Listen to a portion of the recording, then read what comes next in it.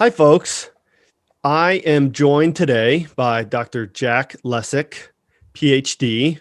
He is a performance and sports psychologist, and we are going to be discussing a little bit more of what his approach to psychology, in particular sports and performance psychology. So, Dr. Lesyk, how are you, sir? I'm very good. Thank you. That's good to hear. So I thought that a good place for us to start would be just kind of like your professional journey, kind of how you got to the sports psychology, and just tell us a little bit more about yourself. Okay, I'd be glad to. I started out after graduate school as a fairly traditional clinical psychologist, working with mental challenges that people had. A few years later, as an adult, I got interested in running, initially for health reasons, to lose some weight and just become a healthier person, and started competing. And within 2 years after I started running for exercise, I ran my first of what turned out to be 15 marathons. Okay. Wow. And once I became a serious, although not particularly esteemed athlete, of course, I became interested in the mental part of sport, dealing with the anxiety before an event, uh, putting together a training plan, adhering to the training plan, maintaining focus, all those kinds of different skills intrigued me because of my own experience. So at that point, sports psychology in the United States was just beginning to get started. And USOC had a conference in 1983 in Long Beach, California, and I attended the conference.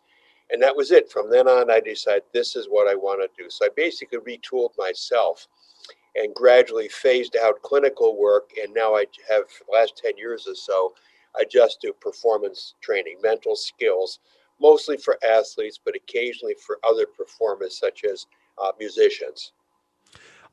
That's fantastic. So, can you just elaborate a little bit more about the difference between like clinical psychology versus like sports psychology? Sure. Clinical psychology, by definition, is really treating people who have a diagnosed mental disorder. Mm, Okay. So it is a little bit more like on the medical side of things. Now, the mental disorder could be a very, very mild one, such as just dealing with stress and stuff like that, or it could be very, very severe, such as bipolar, serious cases, schizophrenia, and so forth. My own practice was dealing mostly with fairly well functioning people who had were on the minor end of that spectrum.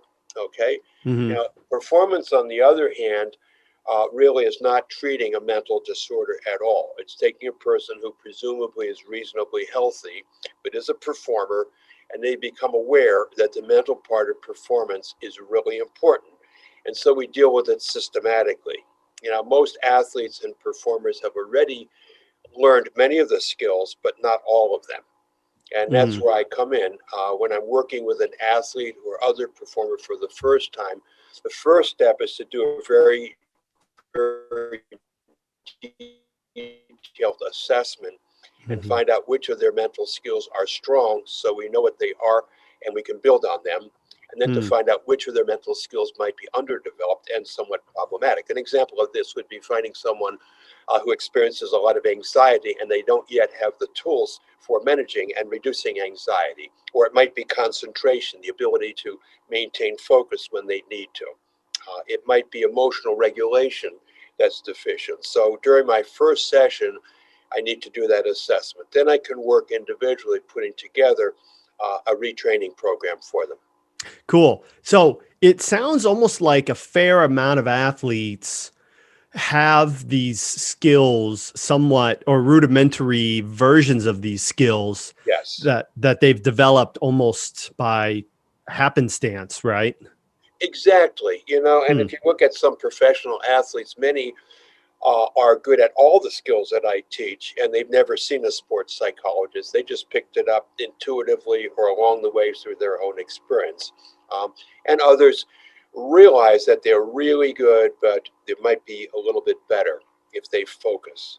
Okay. Yeah, that's Yeah. interesting. We see it's it's it's these incremental changes that at least on my side, the physical side, that really allows people to kind of like tap into what they already have in place Yes. rather than the problem that we see often in our clinic is that people presume that the only time you need to see us is if you're broken, or, and Yep. then we're, so as the clinician, we're supposed to unbreak you, and then you avoid us like the plague thereafter. I'm so glad to hear that because so many people believe that sports psychologists are like that. We only work with troubled athletes. Mm. While we do that, of course, my main clientele are not troubled at all. They Mm-hmm. are doing well. They just want to be better. Yeah,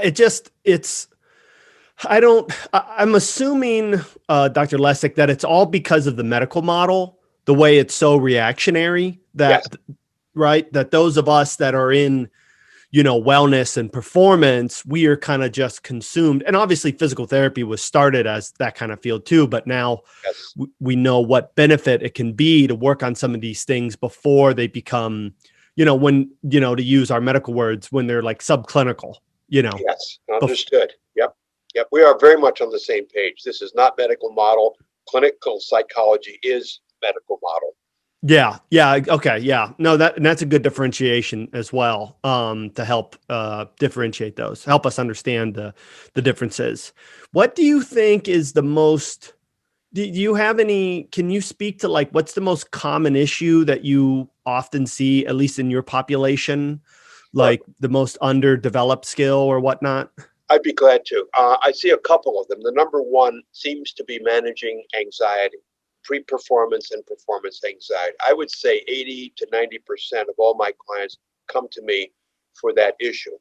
And the evidence that they present is that they do very, very well in practice. Say a figure Mm, skater, for example, where there's a closed routine. They do the same thing in practice as in competition. And then they go out to compete and they fall apart, mm, okay, because they get so nervous right before and during the performance that impedes. Second on the list, and maybe all of these are related, you don't separate one skill out from the other, is putting a lot of pressure on themselves with very high expectations and not coping well with disappointment, either in practice or performance, beating up on themselves, for mm, example, rather than, as I teach, to become your own best friend, learning how to self comfort so you can get through that emotional disappointment more quickly. Um, mm. Third is probably concentration, losing concentration in performance when it really counts. And as I said, these are all intertwined. Yeah. Sometimes you get rid of the anxiety or you manage it, and concentration comes back, rather quickly. And so for everyone who's listening to this or watching this, Dr. Lesyk has come up with a framework to help guide his, I guess, his work, right? Is that fair Yes, to say? Yeah. it So is. the framework, the 9 mental skills of a successful athlete, is wonderful to read. I'll add it into our post. Um, Dr. Lesyk and I might get together at a later point in time, and we'll discuss that in length. And so I absolutely recommend going to read that. So I'm going to reference something Thank you. from that article for the audience that you and I are going to discuss, that I think, that would be useful for the audience to have read. So do you find, so it sounds like from what you said, a lot of the issue is at the top of the triangle versus more at the bottom of the triangle for these athletes that you work with? I would say so. Yes, Okay. to the middle band and the upper band. I would just add very, very quickly why I put this together. Mm-hmm. Okay, and that was about 20 years ago. As athletes and coaches were talking more and more about mental toughness, uh, I never felt comfortable with the term because it's too vague. Nobody can tell you what it is or how to get it. So I spent about 2 years on and off translating mental toughness into what ultimately turned out to be those 9 mental skills, which can be defined, measured, and taught. Mm. I also didn't like the word toughness because it almost implies that the only tool now for the mental part of sport is to suck it up and be tough. While that certainly may be true, there's a lot more subtle mental skills that are also important too. And that's again why I really translated mental toughness into something I think is more usable. Yeah, I think it's so spot on. It's, we do some work with some high schools and colleges, and I played football in college, and I feel like and I'm still stuck in my own echo chamber that it's hard to like see outside. But I feel like football is, in my estimation, the most maybe not guilty but notorious Hmm. and maybe it's because of the violent nature of the sport. But the problem is that toughness gets thrown out the window. Yeah. Sorry, um, quality of practice, of Yes. training, Mhm. of your approach gets thrown out the window in Yeah. pursuit of this vague term that Yeah. is toughness. Hmm. And you lose so much. I feel like not enough of us appreciate opportunity cost and Hmm. how you are ruining time. Is the only commodity you absolutely cannot get back more of. That's right. And every session that goes by, if you are sacrificing, learning experiences just in the pursuit of, this term mental toughness, Hmm. that you're missing out on so much that sports can offer, not only training within the sport, but then out the translation beyond as well. Absolutely. Yes. Mhm. Uh, I think that you had told me before about Adam. Would he be that case working with Adam? Would that be someone good to kind of illustrate this point? Yes. Yeah. Adam was a young tennis player. I started working with him when he was age 12 to deal with anger management. He came back to me his junior year in high school. Was very, very accomplished. Played tennis all over the states. It was extremely good. And he wanted to go to Duke University ever since he could remember, and he wanted to play tennis. Well, as it turned out, his senior year he had to have surgery and couldn't play tennis, so he didn't get the attractive college offers that he had hoped for. Duke University accepted him academically, but not to play tennis. So he had to make a big decision, and ultimately he decided to go to Duke and not be on their tennis team. He came back to the area around the winter holidays, and Adam dropped by for a chat, cup of coffee, and we were just talking. Adam, how is it going? He was so thrilled. He was very successful at Duke. And I said, when was the last time you played tennis? And he said, in August. Now, here we are in December. I said, well, Adam, tell me, was it worth it? All those years since you were 5 years old, getting up early, practicing, traveling all over, all that tennis, and now you're not playing. Was it worth it? And without missing a heartbeat, he said, incredibly so. He said, what I learned in tennis has led to my success here at Duke. He said, I know how to take long range goals and break them down into little daily pieces. I know how to deal with the emotion of successful times and disappointment. I can relate to my professors because they're sort of like my coaches. I know how to manage my time. And he went on and on with all these things that he had learned from tennis. And I think that, happens with most serious athletes, particularly those who are younger. Most are not going to go on and have professional careers, but so much can be learned that it's also useful in school and later on in job settings. Yeah, I think to get back to your point, I think that this wraps well again with that mental toughness, and what we try to do with advancing athletics Hmm. and our platform, Fuel Move Recover, is that it is possible to thrive. It is possible to work really hard and make, sacrifices, and to be challenged physically and mentally, Mhm. and get injured and have successes, and and drop the ball when you're most needed, and still be happy and still thrive. Yes. And so I think that, and so I really like that your approach and the way that you have tried also to demystify this term of mental toughness, or, mental skills or whatnot.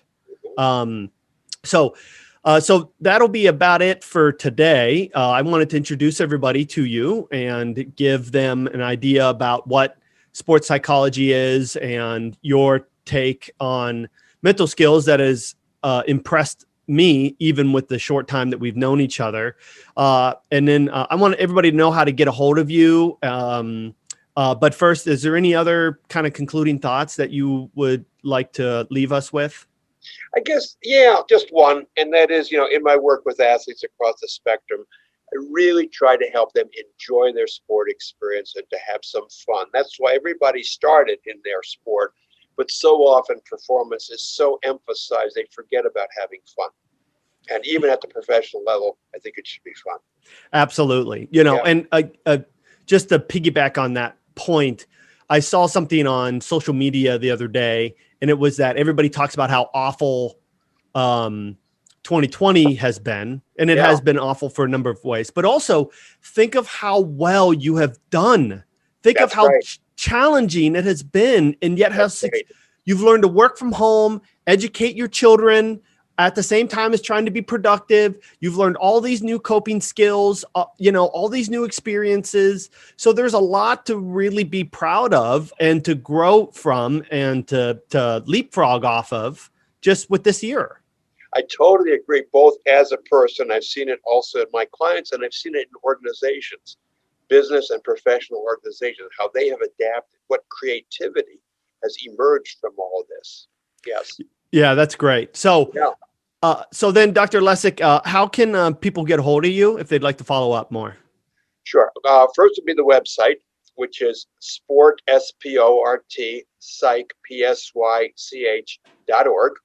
Okay, lots of information on there, including the 9 mental skills.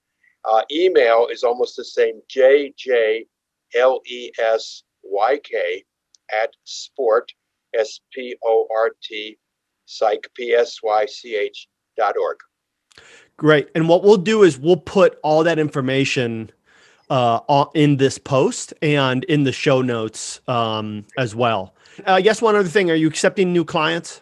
I am, yes. I Okay. do And both virtual, Zoom, and also Tuesdays and Wednesdays have in-office appointments. And we do have a virus protocol to make it safe for everybody. great. And you're on the east side of Cleveland, correct? I am on Beechwood, Chagrin Boulevard, near Shaker. Great. Yeah. So people that are in that area, you should be familiar with that. And otherwise, he does have virtual I do. options for you. So thank you very much, Dr. Lesyk. It's been a pleasure and really appreciate you taking this time. Michele, thank you so much. I enjoyed this time together.